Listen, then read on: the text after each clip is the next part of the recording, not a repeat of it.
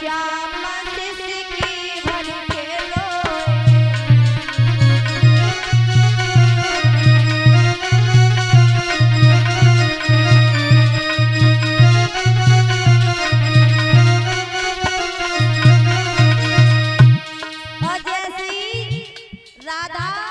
बरसाने के लिए चली कन्हैया को छोड़कर किया ने राधा का हाथ पकड़ लिया और रोने लगे, राधा मत जाओ। अरे राधा चली बरसाने, राधा चली बरसाने, कन्हैया सिसकी भर के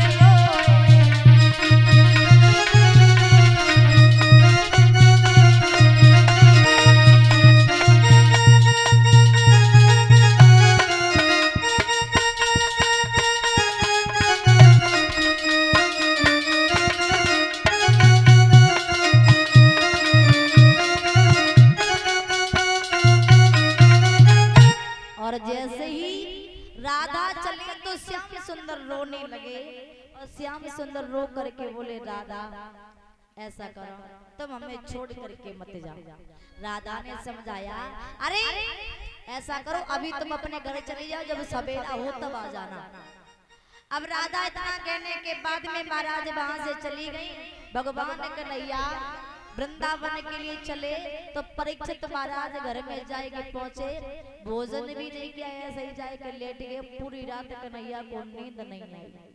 विचार करने लगे कब सवेरा हो और कब हम जाके बरसाने में राधा के पास पहुंच जाए।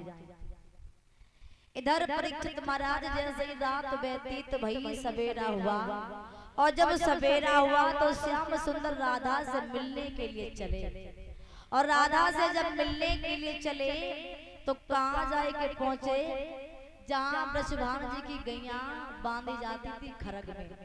अब खरग में जाए के पहुंचे, कन्हैया को पता था कि रोज राधा इस खरग में गैयों को दोहने के लिए आती है।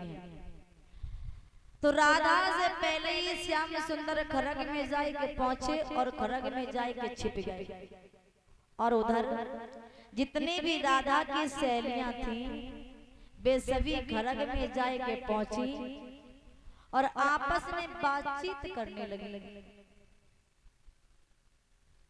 और जब आपस में बातचीत करने लगी उधर महाराज और क्या बात करते भाई बोली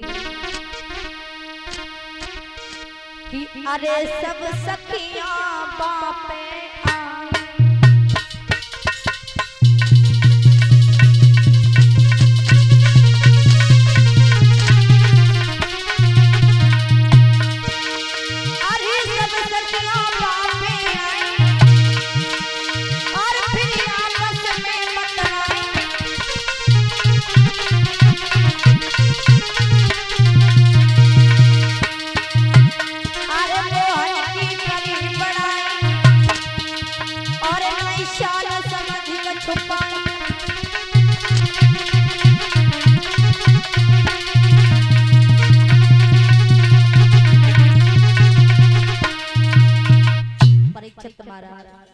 जैसे ही भगवान कन्हैया अगर खरग में जाकर के छिप गए और उधर जितनी भी राधा की सखियां थी वे खरग में जाकर पहुंची और आपस में बातचीत करने लगी। आपस में बातचीत करने लगी और जितनी भी राधा की सखियां थी शीला, विशाखा, सुशीला, ललिता सब आपस में बातचीत करने लगी और जाकर के कन्हैया की बड़ाई करने लगी।